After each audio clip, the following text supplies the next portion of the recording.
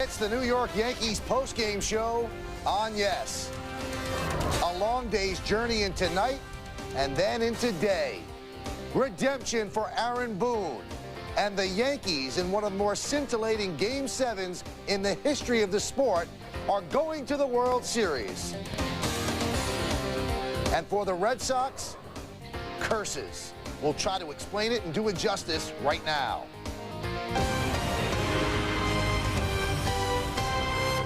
Well, welcome to our Yes Studios, everybody. In tonight's edition of the Nissan Postgame, the final score of Game 7 of the 2003 American League Championship Series from Yankee Stadium. The New York Yankees 6, the Boston Red Sox 5, and now the Yankees go on to face the Florida Marlins in the World Series beginning on Saturday night. Man, you have just seen an unbelievable ball game. I do not have to tell you that, and it was a ball game of redemption.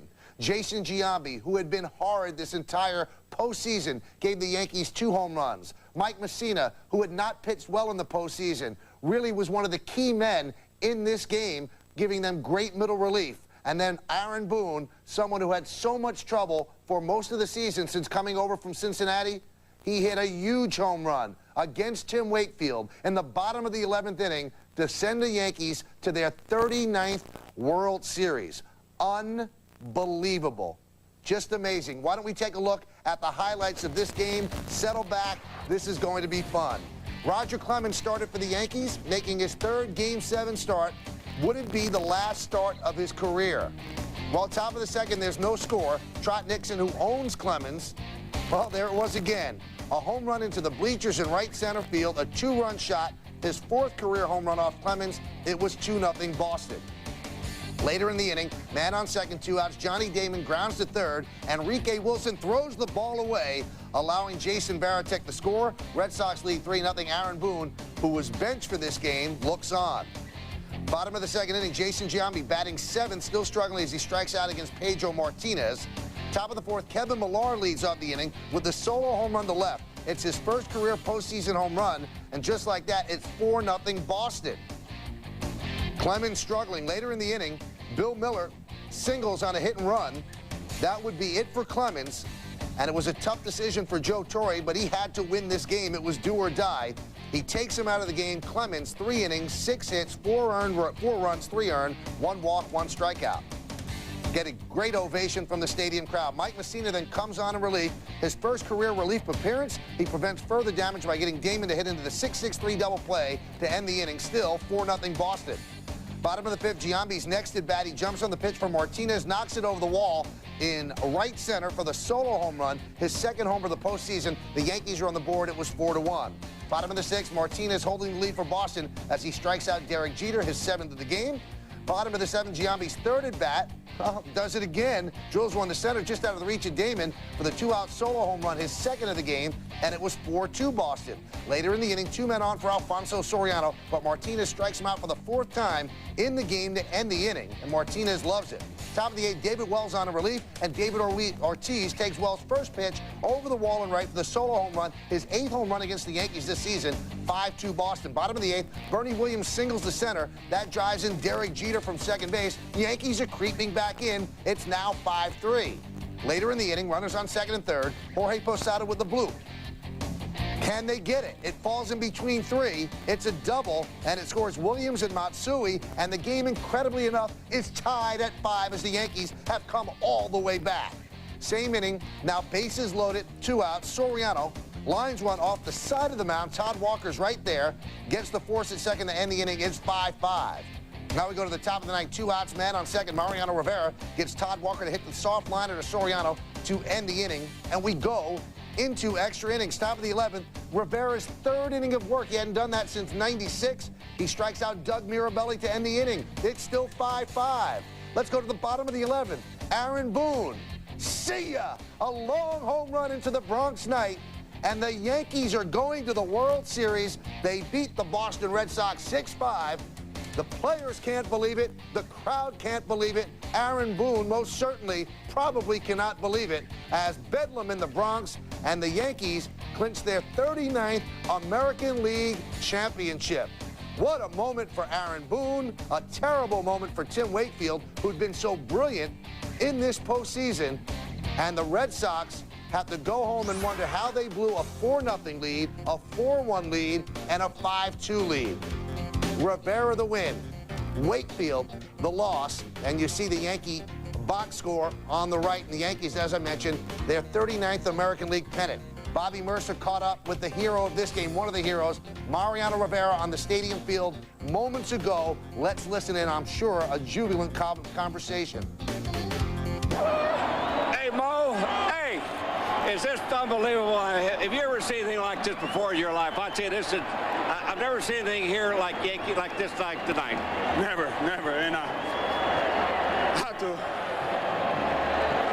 thank my good Lord. I have a man-to-man, I would say, conversation with him and say, you know what, for you for real, you're going to make us win today. And he did. What were you thinking about? You hadn't pitched 3 innings since 1996.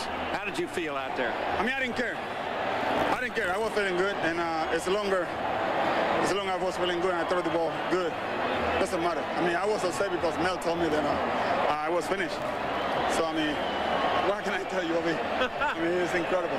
One more question here, Mo. I know you don't go down to the bullpen until about the 7th inning, 6th or 7th inning. The Yankees kept chipping away. Did you guys still feel like you had a chance to win this game? We definitely, we fell behind all those games that we came back and win. And today wasn't an exception. I fell behind, told my guys, hey, we want to win this game. Just got to have faith. We want to win this game. But the good Lord, that's the man. He did it for us. If you had to rank this game against any game that you've played here at Yankee Stadium since 1996, how would you rank this game? Number one. Definitely number one. Well, you know what, Mo Rivera? You're number 1, big guy. Thanks, Bobby. Congratulations. Thank you very much. All right, baby. Thanks. Bobby Mercer with Mariano Rivera. 1 Game 7 note from the Elias Sports Bureau. The last and only time a team has come back from a 4-run deficit in a Game 7 was in Game 7 of the 1925 World Series, and the Pittsburgh Pirates ended up beating the Washington Senators 9-7. So the Yankees do something that's only been done once before in the history of the game. Let's go right back out to Yankee Stadium. And Bobby Mercer, well, this was moments ago. Bobby Mercer was talking with Aaron Boone, the hero of the game, and let's listen in on that. Aaron, I'll tell you what, it only comes down to one swing, baby, and you had that swing tonight, no matter what has happened in this American League Championship. I know it's been tough for you, offensively, but it only comes down to one swing. Well, you know what? Before this series, Willie Randolph told me, you're going to be the guy this series. You're the X factor. And I said, and then before I went up to hit, he goes, it's going to be you. And I said, I went up there, did it, and I came home, and I hugged Willie Randolph. I told him, I said, it took me a week, but you're right. One other question. When you go up against a Wakefield like that, knowing it's a tie game, are you trying to swing for a home run or just trying to make contact? No. Leading off the inning, I just want to get on base. Joe told me, hey, just keep that front side in, think right center. That doesn't mean you won't hit a home run. I got one right there, and, with the knuckleballer, you're just trying to, I don't like hitting off him, and you're just trying to do your best to square it up, and I happen to hit the big part of my bat. What's the feeling like here at Yankee Stadium? Have you ever seen anything like this before in your life? This has turned into the greatest moment of my life. This is unbelievable. What an amazing scene at Yankee Stadium, and Aaron Boone has really struggled since coming over from the Reds. A lot of people said, well, why'd the Yankees make that trade? Well, that trade right now seems like a pretty good move because it got them to the World Series. Aaron Boone did not start this game tonight because they had Enrique Wilson at third base. Enrique Wilson was at third base because he has success against Pedro Martinez, and Enrique Wilson started, but Boone came in the later innings. Bobby's busy. Back to Yankee Stadium. He talked with Mike Messina, who was so brilliant in relief. Let's listen in. Moose, I'll tell you what. I know you were going to pitch out of the bullpen. Everybody in the kitchen sink was going to play tonight if you had to do that. But some performance that you did when you came in that 1 inning, it stifled the Red Sox from not being able to score. I tell you, I have a new appreciation for what those guys have to do coming out of the pen.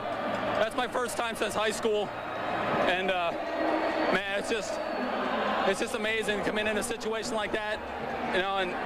Pedro's pitching a great game at the time. I made a couple decent pitches, got out of that one, hung in there long enough. We all knew that it was going to be that kind of game. once Rocket came out, we knew we had to pull together and try to hold us there. And we got a couple breaks and pushed across some runs there late to get it tied. And everybody's been just great through all this, and it's been up and down. And these two teams, it's amazing. The difference between the two of them is so close you can't even tell. We play 11 innings to decide the American League, and it's just great. It's just great. Can you tell me, when you came into that inning, what you were thinking about? I mean, I know everybody was saying we got to have one strikeout here, and then we got to have the double play ball. Hey, like I said, it's my first time in probably 16 or 17 years, so I was just trying to throw some strikes and get used to the mound. I don't go to the mound when it's all beat up, so I just trying to throw some strikes, and I got a strikeout. And from that point, I made a good pitch to Damon to get the double play. That was the big pitch, to get a double play from Johnny Damon. And I'm just glad I was able to contribute today and be part of this championship. You normally are not that overjoyous, you know what I'm saying? I mean, you're pretty quiet and reserved, but you look like you're having a pretty good time right now. I tell you, we've been through a lot this year, right from spring training, and we went out and won 101 games, and I hadn't thrown the ball that well in about 4 or 5 weeks, and I'm just glad I could go out there and contribute today. We all wanted to get a part of it, and we just about had everybody out there in the game that we had available. So, it's just great that this team could pull together like that and win that game. Congratulations to you. You did a fantastic job tonight. Thanks, Bobby. Bobby couldn't be more right, because Mike Messina usually is very quiet, very reserved, and that's about as animated as I have ever seen him. Now, remember, Mike Messina came on in relief in the 4th inning for Clemens, who didn't look like he had his A stuff. Mike Messina had pitched in Game 4. This has been a rough postseason for him. Remember, he lost Game 1 against the Twins. He lost Game 1 against the Red Sox. Then he came back and lost Game 4 against the Red Sox as well. So he's 0-3, the first Yankee to have 3 losses in the postseason since George Frazier did that in 1981 in the World Series against the Dodgers. So he comes in and he does a lights-out job. He deserves so much of the credit for this game, because if you let the Red Sox pour any more runs on, it might break the Yankee spirit. He gets out of that jam, as we mentioned, and that was a big, big out that he got against Jason Varitek, striking him out, and then he gets Johnny Damon to wrap into the 6-6-3 double play. So that is a huge, huge performance by Mike Messina. Now, Grady Little, a lot of people are going to question him, some of the moves that he made. He's at the podium at Yankee Stadium. Pedro Martinez has been our man all year long, in situations just like that. He's the one we want on the mound over anybody we can bring out of that bullpen. He had enough left in his tank there to finish off Posada. He made some good pitches to him. He squeezed the ball off his handle out over the infield. There's nothing we can do about it now. 1 or 2 more? Keep this moving tonight. Buster, over there. What did you ask Pedro when he went to the mound? What did you ask Pedro when you went to the mound? Pedro wanted to stay in there. He wanted to get the job done, just as he has many times for us all season long, and he's the man we all wanted on the mound. I'll tell you what, Grady Little is going to be questioned over and over and over again why he kept Pedro Martinez in the 8th inning. You heard what he said, though. He'd rather have him out there tired than anybody else. He got his wish. Yankees ended up tying the game. Then they win the game in 11 innings. Let's go right back out to Yankee Stadium now. Our Bobby Mercer is live on the field at the ballpark. And, Bobby, you've been in a lot of games at Yankee Stadium. You've played, you've announced, you've seen. How does this one rank? How is that ballpark right now? Is it up for grabs? It is electric out here at this particular moment. It has been since about the 7th inning when the Yankees really started making their comeback. I have never seen a game like this. The intensity of this game, the importance of this game between the Red Sox and the Yankees, the 7th game for the American League Championship. It just never happened with 2 great pitchers starting this game, Clemens and Pedro Martinez, and the Yankees showed the resilience that they've had all year long. When they won 101 games, they would not give up, and they certainly did not give up tonight. And this is the hat that they are wearing right now, and the Boston Red Sox are not. You know what's funny, though, Bobby? Yesterday was a microcosm of the Yankee season, and today was the complete opposite. The Yankees got big clutch hits in the 7th and 8th inning. They got unbelievable middle relief, and then Mariano Rivera obviously did what he always does. So this was a complete opposite of what happened yesterday when they didn't get the big hit and the bullpen didn't do the job. Well, you know what, Michael? That's baseball. That's all I can tell you. If you've ever played this game, that's baseball, and sometimes it happens, sometimes it doesn't. But the Yankees have had opportunities, and tonight they made the most of it. Bobby, we're going to break away for just a moment, go right to the podium for Joe Torre. You know, he wanted to stay in. I mean, It'd be tough for any manager to say, come on, no, you're not staying in this game when it's Pedro Martinez. And he, you know, he fights you, he battles you, but we do the same. And we were able to best him today. It was very satisfying because it's a tough mountain to climb. 4 runs against him, and especially a game that's so important. Posada's hit. I mean, it's Georgie. You know, it's interesting. You look at his stats against Pedro, and they were awful up to about the middle of this year, and then all of a sudden, I don't know what he did differently, but he certainly has. You know, he said, I think he said a couple. I know he's hit 1 home run, maybe a couple off him, and he's gotten some base hits, maybe a different approach. But Georgie is. I mean, this kid has grown up over the years that he's been here, and I've been here. And this is by far his best year as far as, you know, catching, handling pitchers, going out there and telling Roger what to do and stuff like that. It's a credit to this young man how hard he's worked. Bob. Joe, congratulations. Thank you.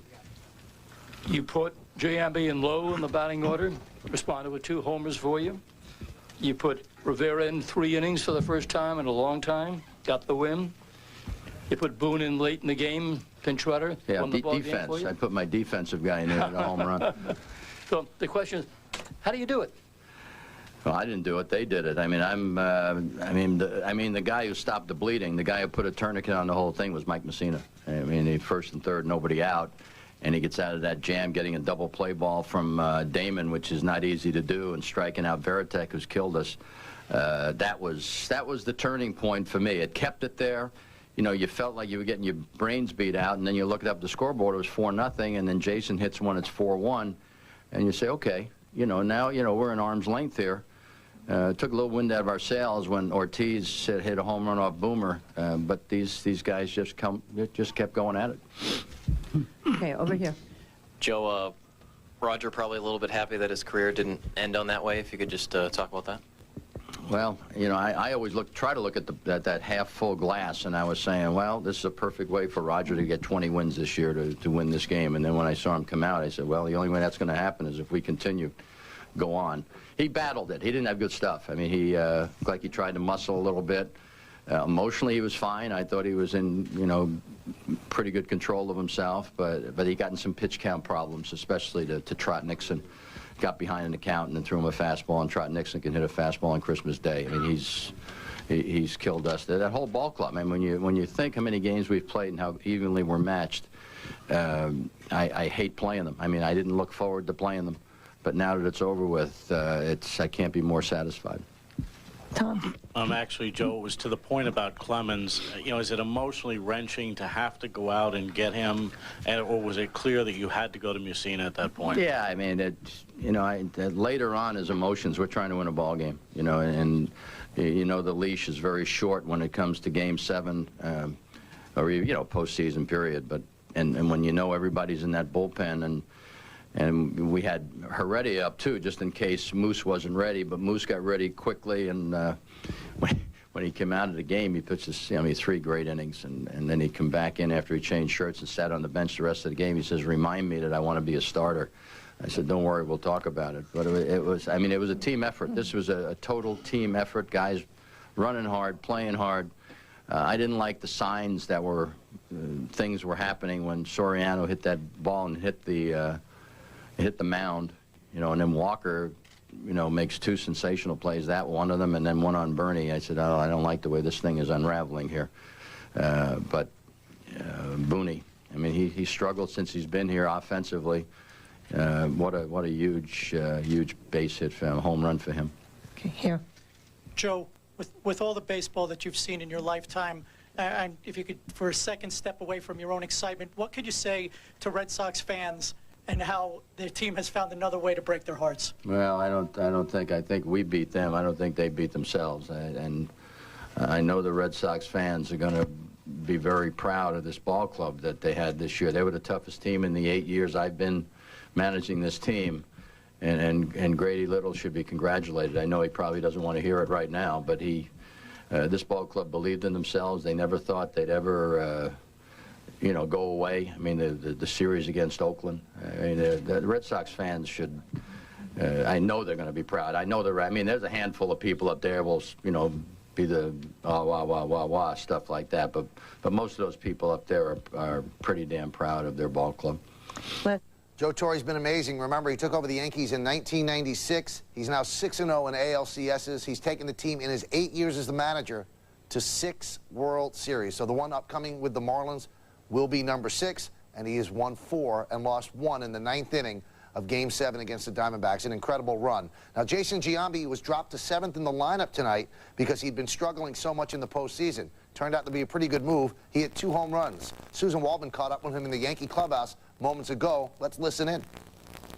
What are you looking for with Pedro? You said you didn't do well again, but what are you looking for? You must have been prepared for something. I kind of threw it all out the window. So, you know, just see it and hit it. Kind of don't get caught up in it. And, you know, I ended up getting a first pitch changeup that I hit out. And then after that, I'd worked the count back to 2-2 and ended up hitting a 2-2 fastball to dead center. And, you know, we just kept, answering back, just chipping away, waiting for that one big inning, and we finally got it. What do you feeling when you're seeing Moose come out of the pen and then Wells come out of the pen and Mariano go 3 innings? What does that say about that group? And only fitting for this team to answer up like that, because like it's been such a team this whole year. We've had Jeet down, we've had Bernie down, we've had Nick down. I've been battling injuries the whole year, and to have all those guys come out of the bullpen, unbelievable. I mean, and only fitting to be at Yankee Stadium, so everybody can experience it. And is it also fitting that the guy who's been the most maligned here, Aaron Boone, wins the game on the first pitch from Wakefield? Oh, that's unbelievable. See, that's what turns a bad series into a great series.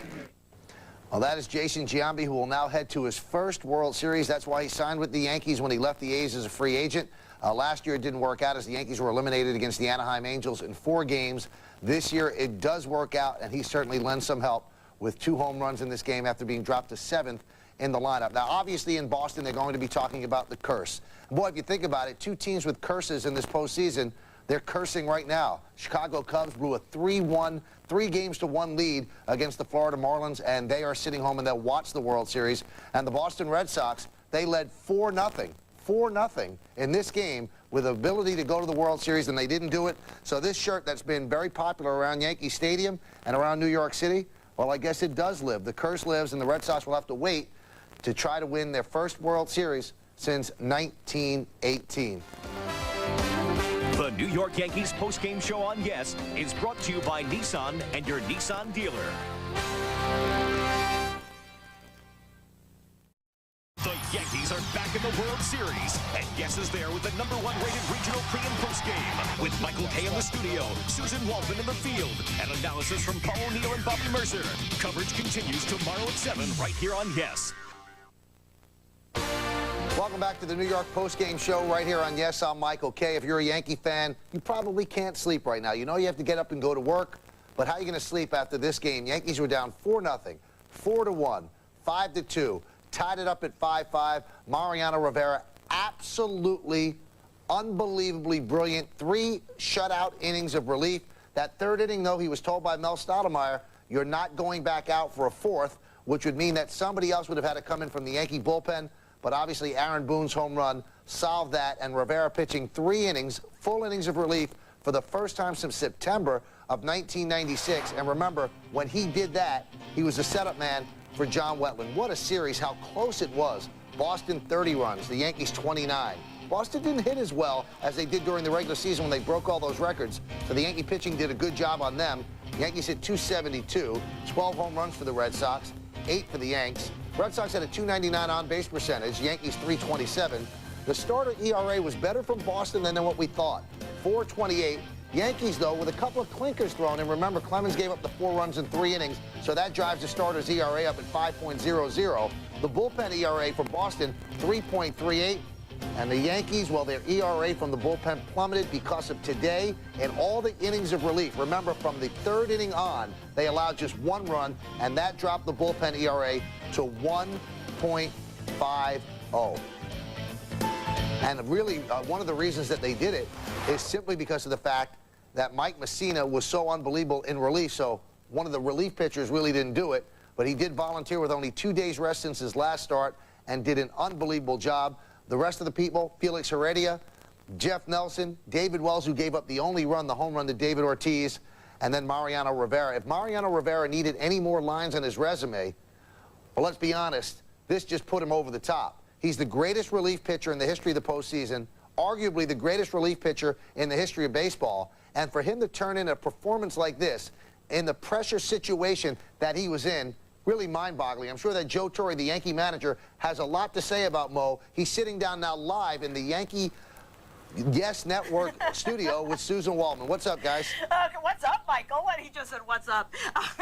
Joe, let's talk a little bit about this game because, you know, Roger said he wanted to go out and go as hard as he could for as long as he could, and it wasn't as long, and it wasn't exactly what he wanted. What was he doing, and what are you thinking as you're watching that? Well, I wasn't comfortable, you know, because it just looked like he was muscling, which is, it's tough to try to control your emotions in a game like this. As much as good as he's been over the last half dozen starts, it just looked like he was trying to manufacture extra velocity, and he may not have realized he was doing it, but I think the emotion of the whole thing got in the way, and then his counts were bad. He got behind Trot Nixon, and Trot can get up on Christmas morning and hit a home run on a fastball, and then all of a sudden two, and then Enrique throws the ball away, and you know, it looked like it's going to unravel, and the man, to me, who put the tourniquet on this whole thing was Moose. I mean, Mike Messina. Now, did he come to you yesterday and say, or did you go and say, you know, who can pitch tomorrow? We're going to, if we need somebody? Well, Mel came to me, and he says, I'm going to throw, this was yesterday. Mel came to me, he says, I'm going to throw Moose a little bit today. In the event there's a game tomorrow, he'll be ready out of the bullpen. He was extraordinary today. I mean, first and third, nobody out against that ball club, and they can't get a run. And a double play with Johnny Damon. Jeter did the right thing, got it himself, and threw to first base. That was a huge, huge inning for him and for us. And David Wells, he was kicking himself with that home run, the pitch that he throws. If he had thrown one more pitch in the bullpen, he said, but what are you thinking there? Because then he settled in, he was fine too? Well, you know how Boomer and I have been adversarial. I said, he just did this to me, just kiddingly. But this, I mean, he volunteered also. But yeah, it took a little wind out of our sails. You know, when Giambi got us within two, all of a sudden you can sort of see you're at arm's length here from getting back in Pedro. And I guess he got a little tired. But we kept coming at him, and we had some good at-bats against him. What did you see from Giambi? He just told me, I said, what were you doing? And he said, I just threw everything out the book. I don't know what I was doing. I threw everything out the window today. I had no approach. I wasn't expecting things. What did you see from him? Yeah, he's probably been getting in his own way. The only thing I said to him today was just stay away from the high fastball. You know, he swung it the first time up. I said, just make him get the ball down.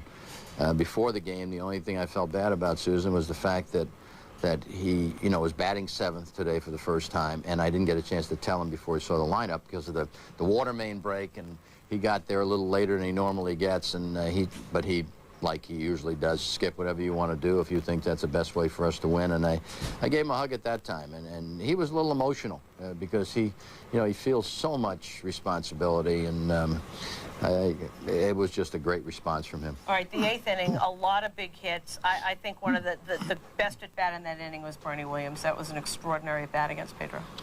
Bernie, you know, when we put him back into the four-hole, you know, Bernie this time of year may not look it all the time, but he gets his head right there, you know, his approach on right, and he was terrific.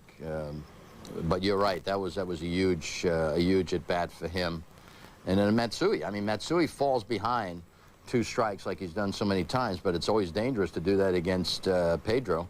And then he doubles down the right field line, and Georgie fights the ball off. I mean, if you look at Georgie's stats against Pedro, they're ugly. Up until about the middle of this year, and all of a sudden, whatever adjustments he made, he started hitting him a lot better. And you know, we've maligned Georgie for his base running, but he noticed nobody was covering second base, and he got. When I first saw him go, I said, no, no, no, and then there was nobody there, and Jeter come up. He said, what did you think of that? You know, because he likes to you know, prod him a little bit. All right, Mariano has had some spectacular games. 3 innings tonight. I mean, it was just an amazing performance once again by Mo. Yeah, I was afraid to ask Mel after 2. I said, what do you think? And he says, let me go check with him. And he came back. He says, we can get one more. I said, all right. You know, we need to score. Let's score.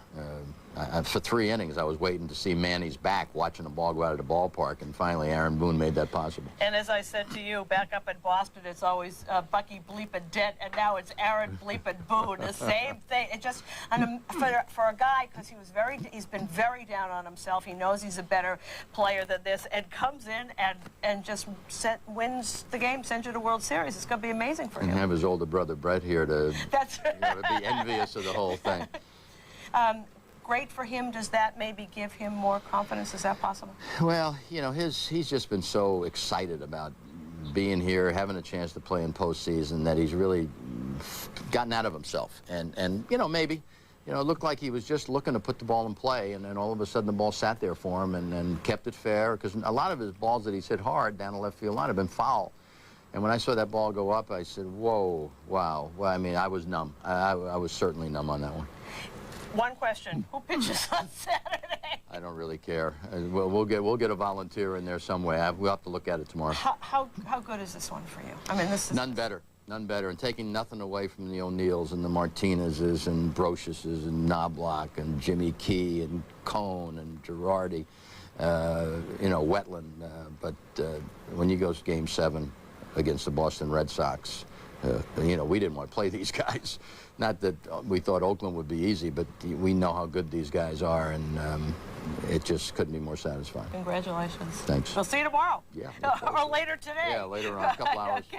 Okay, Michael, we'll throw back to you for a couple of minutes. Thank you, Susan, and congratulations to Joe Torre. An amazing game, and if you think about it, who will be the Game 1 starter? The one that I've been sitting here trying to go through it in my mind, it might be David Wells. He might be the guy with the most rest after Messina had to pitch the 3 innings today.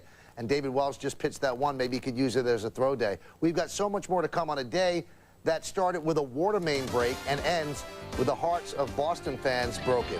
We're going to hear from Clemens, Wells, and so much more. Stay right here on the Yankee Entertainment and Sports Network. Welcome back to the postgame show, everybody. The Yankees are going to the World Series for the 39th time. They beat the Boston Red Sox 6-5 in 11 innings on an Aaron Boone home run against Tim Wakefield. Let's go right back out to Yankee Stadium, where Bobby Mercer with a very relieved Yankee general manager Brian Cashman. No kidding. I was asking Brian before we just came on here. I said, was this a white knuckler? What'd you say? Yeah, white knuckler. I mean, for 6 innings, it was you know, dead and buried for a while. But our team came back to life and didn't give up and grinded it out. So yeah, absolutely white knuckler. You can call it whatever you want, but at the end of the day, you have to call it a victory. You know, Brian, this offense, the Yankee offense, have been taking some hit, you know, here lately, obviously, about not being able to drive in the big important run. You guys won 101 games this year. You put the men on base, but it's the times that you don't drive those runs in that everybody starts talking about it. Well, there's no doubt. You know, we had some chances early, but it just always seems to come with 2 outs, and you know, it's frustrating. You think about it, and you can't help but think about it, and especially in Game 7, winner take all, and then you think about Enrique's era, and you start counting, and then you start thinking about a pitch that Clemens, a mistake he made to Kevin Millar, and you start counting back. Well, that run wouldn't have been there, and you play mind games because again, it's winner take all. But our guys fought back, got the game tied, and I thought, geez, if Sori didn't hit that mound, you know, that ball might have gotten through, and you start kicking yourself around. But at the end of the day, you know, Booney comes up with the big out, the big hit in the late in the game, and boom, game over, and Yankees win, and Booney joins Bucky Dent. How fitting can it be? You got Roger Clemens starting the last time against the Boston Red Sox into what's supposed to be his last game against the Red Sox in his career. And then you got Tim Wakefield, who has been mesmerizing this Yankee offense. He's won a couple of games. He comes in the extra inning game, and Boone, who has been struggling offensively, hits the game-winning home run. This game of baseball, you'll never figure it out. It's just it's crazy. I mean, it's just nuts. It's how this series has gone. You know, a lot of people coming up. You know, who would have thought that Mike Mussina would have lost 2 games? I mean, he's dominated this Red Sox team throughout his entire career, you know, pitched 2 good games, but took the loss, and so. He comes out with a big relief to stop the bleeding, and then Booney comes off the bench and gets the huge hit to win the game off of Wakefield, who no one could hit for 2 starts, and you know, it's just the most unbelievable script you could ever write. But you know, hey, they say the curse is alive and well. It seems to be alive and well for sure. You know, it's already Friday, so tomorrow, that'll be Saturday. Are you ready? I know, I'm ready. I'm ready. You know, I got to go home tonight. I got a 4-month-old, and I got the night shift to work now. So I don't think I'm going to get any sleep tonight. Sounds to me like you're going to be up for quite some time. Congratulations to you and the New York Yankees. Thank you, my friend. All right, baby. Thanks, Bobby. Yeah. Well, that is obviously Brian Cashman. It's funny. They showed a shot of Brian in the third inning, and he looked about 20 years older than he does right now. So I think that home run took some years, or gave Brian some years back on his face, because he looks like a kid again, and everybody around Yankee Stadium certainly seems happy. Well, the Yankee starters really did a pretty good job in this series. When they were good, they were very, very good. They were like the little girl with the curl, and when they were bad, they were pretty bad. 3-2 the starters, 4.28, 46 hits in 40 innings, 37 strikeouts, but they did allow 10 home runs. Bobby Mercer caught up with 2 of those starters, Roger Clemens, whose career is not yet over, and David Wells, who had a big win in Game 5 and gave up a big home run in relief tonight. That happened moments ago. Let's watch. Hey, Rog, let me start with you first. I know you started this game tonight, and you went as hard as you could. Maybe you made a couple pitches you didn't want to, but this really showed the resilience of this club, using some guys out of the bullpen that normally don't pitch out of there. That's why you have teammates, and Boomer and I have great teammates. You know, I love seeing him come out of the bullpen. Everybody had their spikes on tonight. Joe wanted me to try and just go as long, as hard as I can, and you know, Boston's tough. You know, I've had good success in Fenway. Here, I've had to battle them, and but, I mean, you just go down the line. You just, you know, pick out a guy in that clubhouse right now and tell me you can't be happy for him. Jason came through. The way he pitched in Boston to get us into this position. Same thing with Andy. Moose came in tonight. You know, we root so hard for Jason. We want to see him get right in the middle of this. He put himself right in the middle of it tonight. And, of course, Booney comes up with the big home run. So it's one after another. And then you got to talk about our studs, you know, Jeet and Jeet and Jorge and Bernie. I mean, it's just one after another. So these guys, all of them fought hard. All the things that you've done in your career, everything. This game tonight, how does it rank compared to any other game in your whole career? I tell you what, it's obviously at this point in time, it's the top of the top of the top. But you know, we've had some of these games. It's unbelievable. Boomer and I were upstairs, and I was sitting by myself just trying to meditate and give out good vibes. And we're trying to find a spot to get a run, man. We couldn't find one. And all of a sudden we said, well, just might as well stay right here. And then boom, there it went. Boom, there it went. I think that's the fastest both of us ran, isn't it? Were you out of breath when you got to the plate? I was. I know one thing. I know one thing. You darn near ran over me. I was over there. Yeah. We had to take Mel, and I had to get Boom because the Babes, Boomer, you know, he's his best, his favorites of Boom, and you know, he came from Boston, and I tip my hat to those guys. They gave us so much. I mean, they battled us hard, and but we got to go out there and give thanks. That man is smiling somewhere. Let me ask you something. I know three of you went out there. You and Roger went out there along with Mel Stottlemyre to visit the monument of Babe Ruth. Is that correct? That's right, man. And you know, you got to pay contribute, because they say, you know, Bob said the curse doesn't exist. It still does. And you know, that man shines out there every day. Believe it or not, he does. And it just, we're thankful that he was there for Roger and I. He showed great things, and we're appreciative that we can do the same for him. You know, I know that that players pick up players, and tonight it was a pickup game by everybody on this ball club. Let's go to Mo Rivera. I mean, what a job he did too, huh? Yeah, you know, Mo, you can't say anything bad about Mo. He's done the job every time he's gotten the call, and you know what he did tonight. 3, 4, I don't know, it felt like 9 innings he was out there, and he wasn't coming out of that ball game for nothing, you know, and you got to give him credit. You know, he's MVP in my book, because he went out there, he saved our butt every year, and it's just something that he is the greatest, and I don't give a crap what anyone says. He's starting Saturday. Yes. Skip's just going to start. Well, you know what? He hadn't pitched 3 innings since 1996, but if he can start Saturday, that'd be all right too, right? We'll all work on his shoulder tomorrow for him. Hey, Bobby, you want a little drench coat there? There we go, Bobby. No!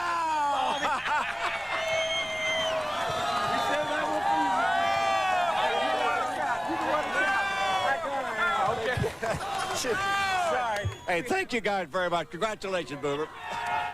I had no idea that Bobby's hair could move. That's unbelievable.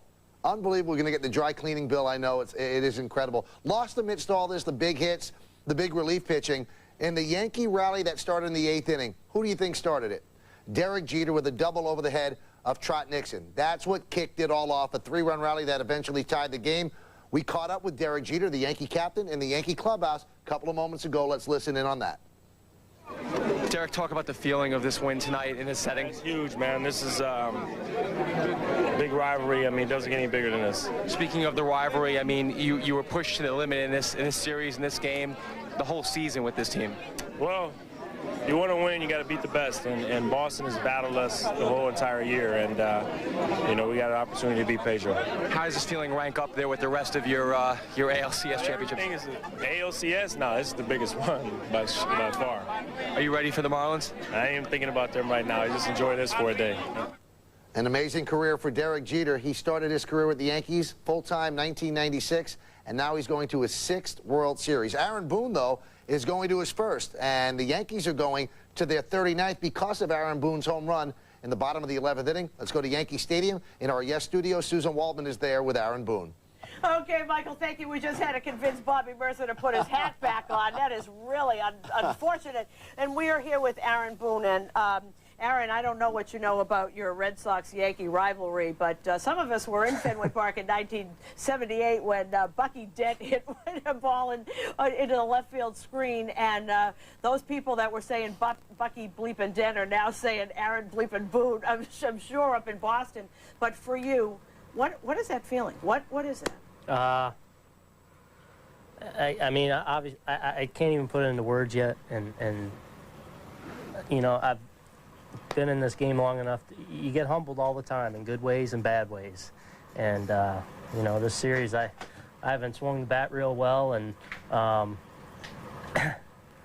finally put a good swing on a ball, and wow, that's I pretty would say cool. that's a pretty good swing right there. Yeah, you know, I just to be able to contribute to something like that is unbelievable. We're just watching this here, Michael. That's why Aaron's watching that, and I don't think you've seen this before. You know, you're obviously a better player than the way you've been playing, and I know this has got to have hurt you a little bit. But you never stopped defensively. You've made some great plays. How have you gotten through this whole time here? Well, you know, it's been I haven't swung the bat real well this series, obviously, and you do. You've been there, done that. You know, you go through ups and downs in this game, and you know, I'm kind of a streaky guy. I have been for a long time. You know, and that's obviously an area I want to get better at, is being more consistent, but offensively. But you just keep battling. This is what you do. It's a ball player. You know, it's not always easy. It's not always fun. You just keep plugging away, and you know, try and stay in the moment, turn the page each day, and know that each day is a new day. And you know, feels good right now. I can tell you one thing, Aaron, you come from a baseball family, so you know that as good as anybody, but you know one swing can erase a lot of memories, and it can start from this point on, and you're moving into the World Series, which is the biggest stage that you could probably be on. Yeah, you know, it's funny you say that. My brother called me last night afterwards in the hotel. We're talking, and he's just like, man, you really stink right now. They tell it like it is, huh? Yeah, but he, you know, it was just in a good way. He goes, hey, you know, we've all been there. You know, you're struggling, just, hey, but you know what? You guys win tomorrow, you're going to the World Series, and it doesn't matter. And that's how you got to approach it. What does this say about this team, that this team can come back the way it did? I mean, you're sitting there and you're watching this whole game, and Roger leaves, and everybody thinks it's the last time, and, you know, they're piling on runs, and Moose comes in, and Wells comes in. So many, you know, yeah, I mean, what an unbelievable team we just beat, and I guess fitting that it came down to Game 7, extra innings to decide the thing. So many people coming in, you know. Moose comes in and holds him right there. Still doesn't look good. Pedro's kind of cruising along. Then we kind of start having some better at-bats against him. Scratch a run here. Jason hits the 2 homers. Then we get a few guys. And it just kind of, everyone started just chipping in, and then, you know, Superman Mo did his thing for a couple extra innings tonight. And, I mean, it just, obviously at some point in the season, it always takes everyone to contribute to be going where we're going. And we're going to the World Series. It probably still hasn't sunk in, but we're going. Let me ask you one other question, Aaron. When you've been sitting on the bench like that for such a long time, and you enter into a game that is so pressure-packed, not so much offensively, but defensively, yeah. I mean, you got to be shaking a little bit, right? Well, you know, you just kind of trust what you do, your routine out there, and how you get ready, and you know, you don't want to screw things up, but you know, you've played you take so many ground balls and you do so many things that it just becomes routine. And I have a routine that I do every pitch, and you just stay with that, and that's how you got to stay within yourself. I know they're asking if you're out there, but you're the one person in here who knows about the Marlins because you were in that league. Give us a 30-second pricey on the Florida Marlins. Well, I mean, it's kind of becoming cliche that they're athletic and they do so, you know, they don't beat themselves, this and that, and I think that's underestimating how good this team is. They swept us when I was in Cincinnati back in May, and I remember in the papers they wrote like, oh, how can the Marlins sweep us, the Reds, and da-da, and I was like, I remember going up, and I don't even read the papers usually, or I walked up to someone and I said, that's a good team over there. They're really good defensively. I mean, special defensively. They got a good balanced lineup. They have speed, good starting pitching, and you know, with Oogie coming over, they got a really good bullpen now, and they're a team that's shown that they keep getting up off the mat when they're down, and you know, we're gonna have our work cut out for us. It's probably gonna be a great series, but we'll be ready to go Saturday night. Aaron, congratulations. They're waiting for you in there. Enjoy. Congratulations, man. You bet. All the best to you. Okay, Michael, let's throw back to you for a couple of minutes. Thanks, Susan. Thanks, Bobby. And thanks, Aaron Boone. Ironically enough, the Yankees will play the Marlins now. One of the times that the Yankees didn't get to the postseason under Joe Torre happened to be in 1997 when the Marlins won the World Series. We have so much more to come. Believe me, we still do. Yankees are still celebrating in the locker room, and why not? They win an exhilarating game over the Red Sox 6-5 in 11 innings. They go to the World Series. We'll be back.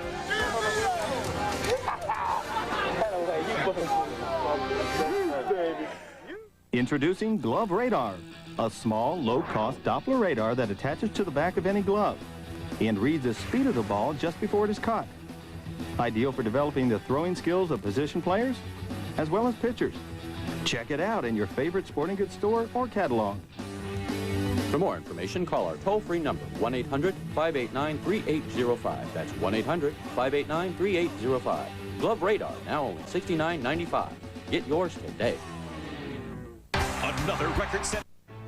Where's the best deal for your little devils this Halloween season? Fright Fest at Six Flags Great Adventure. Buy one ticket, get one free when you bring in a can of Coke. Set them loose in a haunted park with Looney Tunes Screamport, trick-or-treat trails, new scare-free zones for families, and much more. It's a great time of year to come with great savings to end the season. Buy one, get one free when you bring in a can of Coke. Come to Fright Fest. It's our final fling of the year.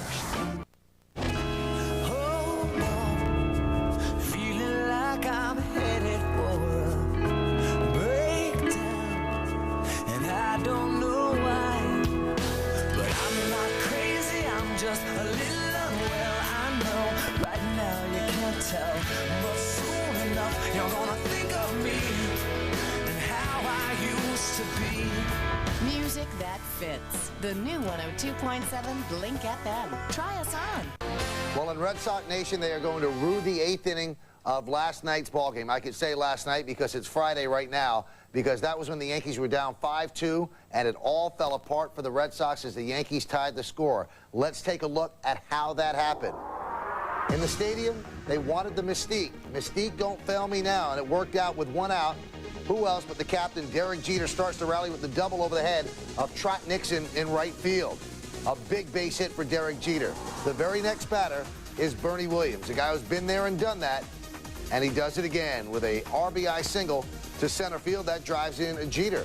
Now, Sox manager Grady Little comes out to the mound to talk to an obviously tiring Pedro Martinez before he faces Hideki Matsui. Stays with him.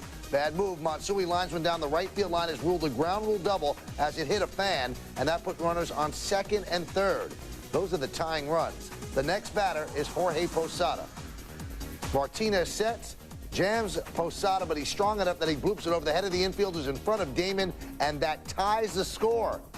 Martinez was knocked out of the game after surrendering 4 consecutive hits. He went 7 1/3, 10 hits, 5 earned runs, 1 walk, and he had 8 strikeouts, and he does not get a decision in the game. And as I said, one of the big base hits, Bernie Williams. Earlier, Bobby Mercer caught up with him on the field at Yankee Stadium. Let's listen to that conversation. Bernie, I'll tell you what, this is one of the most fantastic games I think I've ever seen here at Yankee Stadium. I think you will agree with that. But I want to go back. I think it's the 5th inning where you got the hit. I mean, you battled hard against Pedro Martinez. I think that was after Jeter had got the hit to right field, and then you got a hit to back him up, and then you guys scored some runs in that inning. Yeah, that was an awesome at bat by Derek. After 1 out, Pedro has been, he had been dominating the whole game, throwing a lot of fastballs, which was opposite of his plan on the first game that he threw against us. And Derek was just able to take that pitch up and away and drive it the other way. And now I just sort of fed off of that. With 2 strikes, trying to, put the ball in play, I was able to take a pitch and do the same thing, drive it the other way, up the middle, and then everything sort of started happening after that. Hideki with the hit, and then Jorge, a little break there, but, it never gets old. It certainly doesn't get old. Let me ask you about on the bench and the attitude that your teammates had. You got down early in the game against Pedro Martinez, one of the guys that just does not give up a whole lot of runs. What was the attitude, and what were you guys talking about offensively? I think we were trying to stay within ourselves. I think we were trying to not do a lot. Obviously Jason was a great pickup, with those 2 home runs. I think he kept the offense going. But we were trying to get on base, as much as we could. And try to keep the pressure on him. Probably around the 7th or 8th inning, Pedro still had, maybe 80 or 90 pitches, which, is pretty rare because we usually work him a lot. But at that point, he was dominating. He was throwing his fastball about 91, 93 miles an hour when he wanted to. He was throwing a good changeup and a good curveball. And it just took us, being relentless, trying to keep the pressure on him, and it worked. Was there any point in the game, any inning, 5th, 6th, or 7th inning, where you guys knew that Pedro was beginning to lose a little bit and you were gaining on him? Is there anywhere in that inning there that you thought you had a real good chance? Well, I think it was pretty sporadic. I think we saw the opportunity when Hideki hit the double. I think that was a moment that we needed to take advantage of because he was able to, every time we got somebody on base, it was maybe 1 out or 2 outs, and he was able to shut us out. But when Hideki hit the double, it was just 1 out with men in 2nd and 3rd. We had to take advantage of that opportunity. And then when Jorge hit that base hit, we knew that we had something going. All right, babe. Congratulations. Congratulations on a big win tonight. Thank you very much. All right, baby. All right. Thank you. 2 great Yankee center fielders, and now through the magic of television, Bobby Mercer will magically reappear in the studios at Yankee Stadium alongside Susan Waldman. Welcome back to the show, guys. Listen, the one thing that I had been saying leading into this game, I thought the Yankees had a chance to win, but I felt that it was going to be the guys with the rings that do something important. If you think about it, Bernie Williams, Derek Jeter, Jorge Posada, and Mariano Rivera, 16 rings amongst the 4 of them. They played a huge role in this win. Well, it was the guys with the rings, and Bobby and I were talking about that during the game, particularly in that 8th inning. We'll get to Mariano in a minute, but we looked down there, and Bobby and I were sitting with our score, and Bobby works an inning ahead. And when he said, okay, we got the big guys coming up, we got Jeter, Bernie, and Posada in the next inning, and Bobby was talking about Bernie's at bat, and I think, and we had said that was the key to the entire inning. Yeah, that was a battle that Bernie had there. He had a 2-2 count. He worked it to a 2-2 count off of Pedro Martinez, and then he delivered that base hit there. But you and I also were talking about the 7th inning, because in the 7th inning, if you go back, even though Matsui grounded out that inning and Posada flied out, both of those guys hit the ball hard. Everybody in that inning hit the ball hard except for Soriano, who struck out. But the Yankees at least scored 1 there. They got 3 hits. That was the indication that I had that maybe Pedro and the armor was beginning to get a little soft. But you could see that, and Bobby kept saying through the whole 7th and 8th inning, he's tiring, he's tiring. Meanwhile, very interesting that it was the guys with the rings, Michael, and that's incredible because those kinds of guys, well, they know how to win. You know how to win. Yankees know how to win. And you saw Bernie, and he was so talkative with you. I mean, yeah. It's like all the frustration. I think the champagne had gotten to him already. I think all of the frustration of this year really got to him because he's been very down and leaving the clubhouse really fast. He knows he's not doing his job, and today he really did. And Posada's been struggling a little bit, and there's the 2-run double right there. I thought the big guys knew what to do, and Mariano, I mean, what do you say about this? Yeah, he's just the greatest. That's all you can say. I mean, turn out the lights, the party's over when Mariano's out there. And you would have loved this, Michael. Andy Pettit was saying inside that he was kidding with Mel. He said, I go get your spikes. And Mel says, you're coming in next. it was a fascinating thing to watch. And Messina, I didn't see Messina. He's been a little reticent to talk after what went on in Boston. I thought that was just a gutty performance. And he did go to Joe yesterday and say, I'll be ready, Skip, if you need me. Well, it's interesting, you know, you mentioned Mariano Rivera, Susan, and you know when you get out of college, they say never have your resume be more than 1 page. Well, that ship has sailed for Mariano. This guy, his Hall of Fame plaque might have to be 2 feet long. It's amazing what he did today, and he did tell Bobby right after the game that they weren't going to let him come out for a 4th inning. I had a feeling, though, they would have let him keep pitching until they lost the game because they didn't want to go to Contreras, they didn't want to go to Weaver, and they did not want to go to Gabe White. He was amazing. Yeah, he really was, and I don't know, when he brought out that little nail clipper, I don't know, it was like doing a little gardening so that he could come back in. You know, it's funny, Michael, that you say about Hall of Fame credentials because they kept showing on television all night putting Pedro next to Sandy Koufax, putting Pedro next to this one, and this was going to be the culmination of his resume, and quite frankly didn't work out that way. Well, they couldn't have any comparison with Rivera because I don't think there's anybody that's ever been in baseball that can do the things that he's done simply because no reliever's ever been in the playoffs as much as he has, and his numbers are really astounding. Let's move on to the other side because you have to feel a little bit for the Red Sox. You would have felt for any of these 2 teams that lost because they played so close throughout the season. 10-9 Yankees won that series in the season. Now they win this one 4-3. It took 11 innings. Susan, you grew up in Boston. Can you imagine what those people in the New England area are feeling tonight? I'll tell you something, Michael. I've seen this game 1,000 times, and so has Don Zimmer. And I was sort of looking at him when he was in the clubhouse. We've all seen this game a million times. I was kidding with the Boston writers. They were talking about ending the curse and all that, and I said, you know, you guys don't understand. It's not painful enough. Because that only happens, they only lose when it's so painful that you just can't stand it. Now, some of the writers already, the anger coming downstairs saying Grady Little deserves to be fired. He deserves to be fired right now.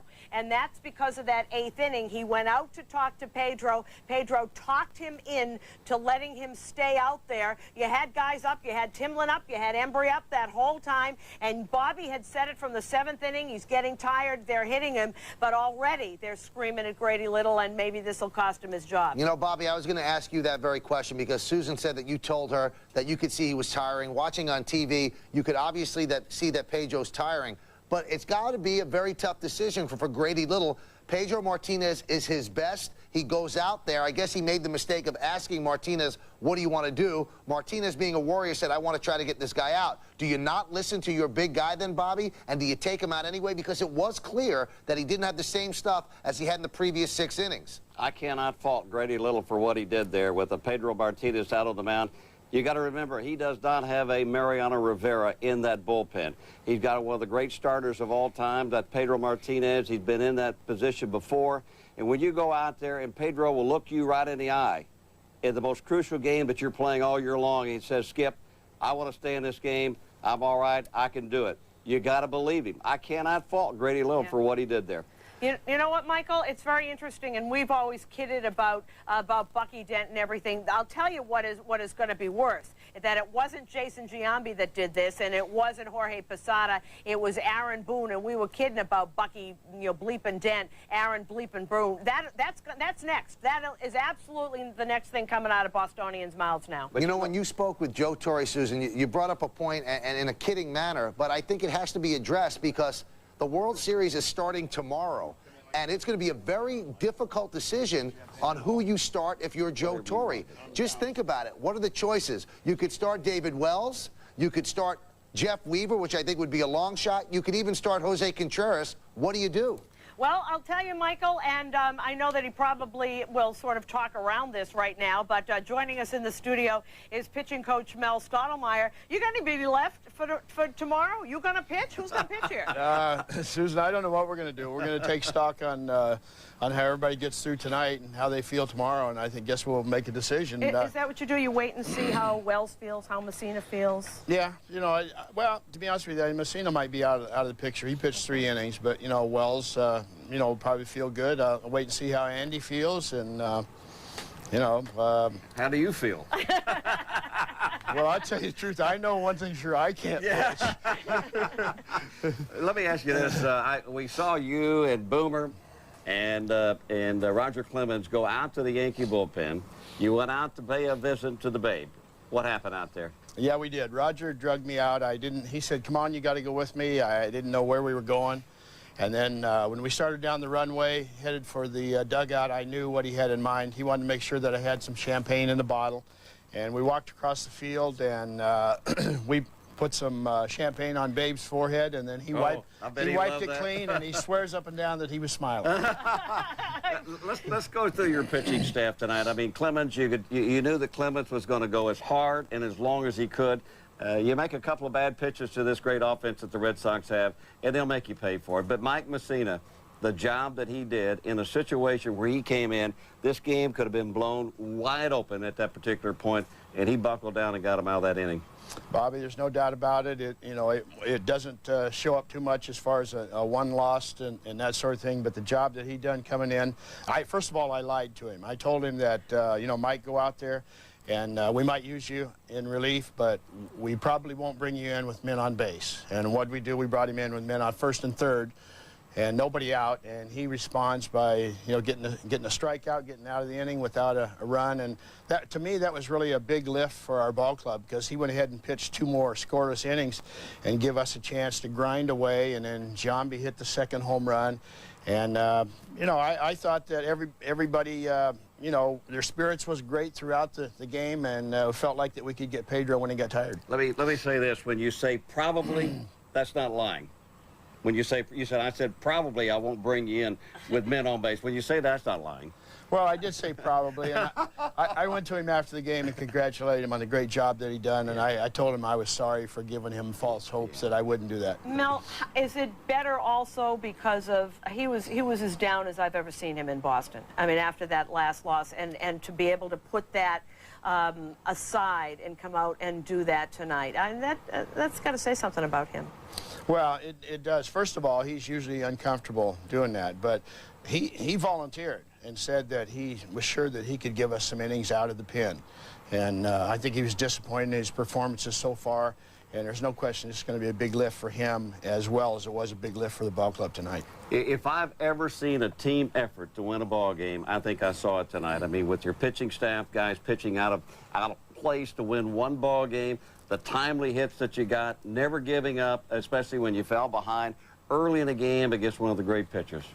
No question about it, Bobby. I've been in a lot of ball games, a lot of close games, and I think this is probably as much of a thrill as a playoff game as I've ever had. And this is one game that I want to make sure that I get the tape of, and I want to show this to my grandkids. What would you have done after if Aaron Boone didn't hit the home run and it goes to another inning? Is Mariano coming out for a 4th inning? No, Mariano was done. We told him that he was done, and I made sure that I let everybody in the dugout know that this was Mariano's last inning, and perhaps maybe give us a little bigger lift and realize that, we needed to score now. I had just called to get Contreras up in the bullpen, and I told Andy Pettit to go in and have the trainer rub his arm down, rub some heat on it, and when Contreras comes in, I wanted him to go out to the bullpen just so that we didn't look like that we were naked out there. Well, I'll tell you what, when you got guys that know how important a game such as this is, and like an Andy Pettit who pitched last night and is willing to give you a batter or 2 batters, I mean, that's really got to show something team-wise and also as the person itself. Bobby, there wasn't a person on our staff tonight that didn't want the ball. Yeah. He volunteered that he said that he knew he threw 90-some pitches yesterday, but he said he would go out and try it. If need be. All I had to do is just send him out there, and I was sending him out there and just got on the phone, and I heard the click of the ball hitting the bat, and I turned around and watched the ball sail out, and I told Andy, I said, Andy, sit down. Mel, congratulations. This is one I know you're going to enjoy Thank for at you. least a couple hours, right? Probably for more than that, but Saturday we have to start working again. Yeah, and we got that tape if you want it. We'll have it right here on the definitely Yes want it. Network. It's one that I want to keep in my library at home, and I definitely want my grandkids when they get a little older, and can really recognize what's going on to watch this game. Well, we'll get you one. Thanks, Congratulations, Mel. you bet. Okay, Michael, we'll throw back to you. All right, thanks, Bobby. Thanks, Susan, and thank you, Mel. Now, that's what Game 7s are all about, because if you look at the Cubs against the Marlins, who did the yeoman work out of the bullpen for the Marlins? Well, Brad Penny, who had started, Josh Beckett, who was pitching on 1 day's rest, and you heard what Mel Stottlemyre just said. They were willing to go to Andy Pettit with 0 day rest. He had actually pitched yesterday, or should I say on Wednesday, and he had thrown about 90 pitches, and he was willing to go again. So that is the bottom line. You use everybody in a Game 7, and you worry about Game 1 when it happens. And if you piece it together and lose that game, well, it's a best of 7. That's the way you deal with it. Now, you might be wondering, why is Bobby Mercer sitting there with that hat on? Well, because he had messed up his hair. We told you that a little bit before. And you'll see right here, Bobby is so worried about how he's coiffed. When David Wells poured that champagne over his head, he's got to wear the hat because he just doesn't want to have his hair all messed up. That's the key.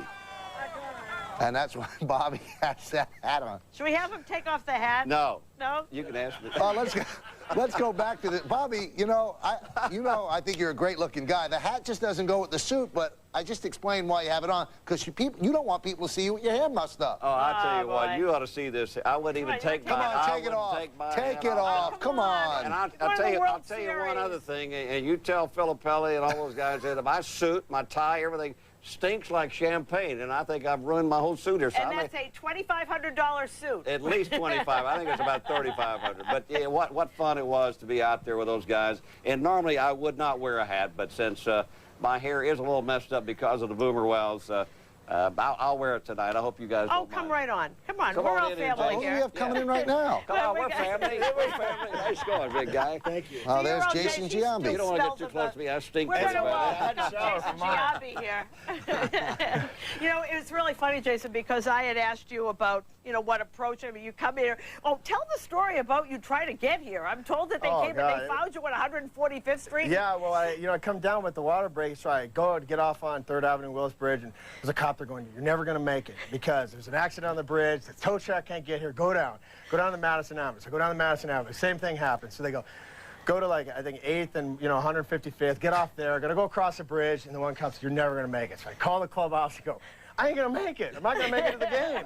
So they send a police escort. So thank you NYPD. So they send a police escort. They just stay right there. They come and get me. So I mean, I was only 5-10 minutes late to stretch. It wasn't that big a deal. And you walk in and they say, and by the way, you're batting 7th. Oh yeah. Skip comes down and he pulls me aside and he goes. He looks at me and he goes, I put you down the 7 hole. I go, I saw when I came in, and he goes, does that bother you? And I said, it's not about me, it's about the team. I came here to win a World Series. I don't care whatever it takes. I know I've been struggling, swinging the bat. Last night I took tapes upon tapes home. I just sat up the whole night watching tapes of me hit and watch, because I had been battling injury with my knee so much this year. So I was going to do, maybe I would see something, maybe just, it's a positive reinforcement, all my highlight tapes that I had. So take that, look at the tapes and, figured out that I was, turning my back a little bit too much and had my hands cocked a little bit behind my head. And so we just looked at it and said, all right, let's throw it all out the window. Let's just go with that stance. And, I come in and I know I'd been struggling against Pedro. I don't got a great career against Pedro. And so I said, fine, Skip, that's fine with me. So, after my first at bat, took a good at bat. He threw me a high fastball. The next at bat, hit the first pitch out to dead center, And we got that home run. See if you can describe that here. Well, he throws me a first pitch changeup, and he always, that's the one you want to hit off Pedro's usually the first pitch, because that's the one in strike one, and I just stayed on it. And then after I hit the first one, I knew that he's just going to pound me with fastballs, because he knew I was kind of sitting off speed. So after that, I, sat on the fastball, made him get the fastball down, on a 1-2 pitch, made it 2-2, and he threw me another one in the strike zone and then hit it out to dead center again. Hey, Jason, I know there's been a lot of pressure on you because people are looking for you to hit the home run, come up with a big hit every time. I know you've had some injuries here. If you are looking at all those tapes and you're trying to make some adjustment, what adjustment is that? I know when you talk about pounding, they've been pounding you way up in the strike zone. You've been swinging them, but you've been missing them. So what adjustment are you trying to make? Well, I just kind of opened my stance a little bit more so I could see the ball a little bit and trying to get myself to stop chasing that. With my left knee being I don't have as good a push-off as I normally have. So I've been sliding a little bit, which is causing, you were a hitter. You slide your eyes a little bit, you start chasing the ball a little bit. And so I just opened my stance a little bit and kind of just left my hands relaxed and just say, let's get a ball down in the strike zone that I can hit. Are you up there thinking about hitting a home run now? I mean, is that the pressure that's being put on you? And is that your thought when you go to the plate? Are you thinking about trying to hit the ball? No, honestly, I was just trying to get a pitch earlier when I was strong. I was just trying to get a pitch to hit and put in play. Yeah. Before you know it, you start chasing it. It wasn't about hitting a home run. It was just trying to hit it hard. And, once I finally relaxed and, got the ball down and look for a pitch down in the strike zone, and you know, to do what I did tonight in the biggest game of my life, no doubt about it. Okay, you've never gotten out of the first round, and here you are going to the World Series, but you were as happy for Aaron Boone as anyone in that clubhouse tonight. Oh, he became a Yankee tonight. I know what it's like to get that, you know, off your back. You know, I had to hit the grand slam to become a Yankee here, and I know the feeling, you know, struggling and all of a sudden come to the plate with one swing and a bat. That's what the playoffs is all about. Like I said earlier against the Twins, you go from 0 to hero real quick. Well, I have two things for you. Don't be trying, California guy, don't be trying to navigate your way through Manhattan. I mean, it's not an easy No road. chance. I know. Take the straight road from Manhattan on up. I will next time. And you tell your dad that Mickey Mantle will be proud of what you did tonight. Thank you. I appreciate it. Okay, buddy, and congratulations to you. Congratulations, You Jason. bet. Thank you, guys. And we'll see you in the morning. Yeah. Whoa. Okay. There we go. All right, let's throw back to the studio here before Jason gets unclipped. There we go. Okay.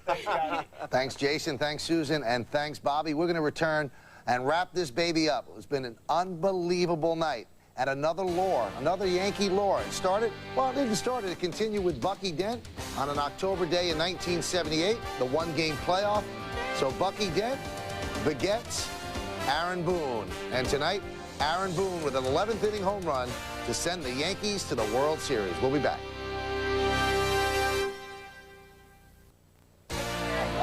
When players say it never gets old, boy, these pictures prove that. The Yankees have had so many celebrations over the years since '96. They've gone to the World Series now 6 times, and every time they win a big game like this, the champagne flows, so do the tears, and the smiles are always there. Well, Aaron Boone became a hero tonight, and as Jason Giambi just said, he also officially became a Yankee. But that's not a new thing in October. Sometimes the most unlikely men emerge as heroes, where they rise to the occasion and they do what they have to do. Men like Brian Doyle, Bob Robertson, Kirk Gibson, who was a great player but had a great moment as well, Scott Brosius for the Yankees. The list goes on and on. Gene Tennis for the Oakland A's, and now Aaron Boone, just one more of them. Now, if you think about it, this was a day of redemption as well. People that had been maligned throughout the season stepped to the forefront and did what they had to do.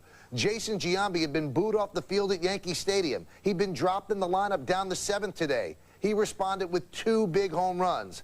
Aaron Boone came over to the Yankees in a trade with the Cincinnati Reds on July 31st. He was not what everybody thought he would be. Yes, he played great defense, but he seemed hapless at the plate. Again, he too was booed vociferously by Yankee fans. But with one swing, that's washed away. Mike Mussina, who had 3 losses for the Yankees in this postseason up to this time, and could be sometimes described as finicky about when he wanted to pitch, he came out with 2 days rest and gave the Yankees 3 of the most important relief innings that they will ever have. Redemption on an October night that sends the Yankees to the World Series for the 39th time. Usually when you have a situation like this, a game like this that is hyped so much and people look forward to so much, it usually falls flat. It never lives up to the promotion. Tonight, we're all lucky enough that we saw something that did. A magical night in the Bronx, in a ballpark that has been the tableau for such magical nights since it opened up in 1923. This lived up to the hype. And one good thing for Roger Clemens, it was not the last game that he'll ever pitch. So the Yankees will now go on to the World Series. Next up for them, the National League champion Florida Marlins. Game 1 of the 2003 World Series will take place at Yankee Stadium on Saturday night. And we'll be here to bring you special pre-game coverage at 7 Eastern Time. We'll also bring you our complete post-game coverage, and that's immediately following the game. For Bobby Mercer, Susan Waldman, Paul O'Neill, and our entire Yes Yankees broadcast team, I'm Michael Kay. Thanks for watching. We'll see you Saturday night on Yes, your home for complete coverage of the New York Yankees. Have a good one, everybody. So long.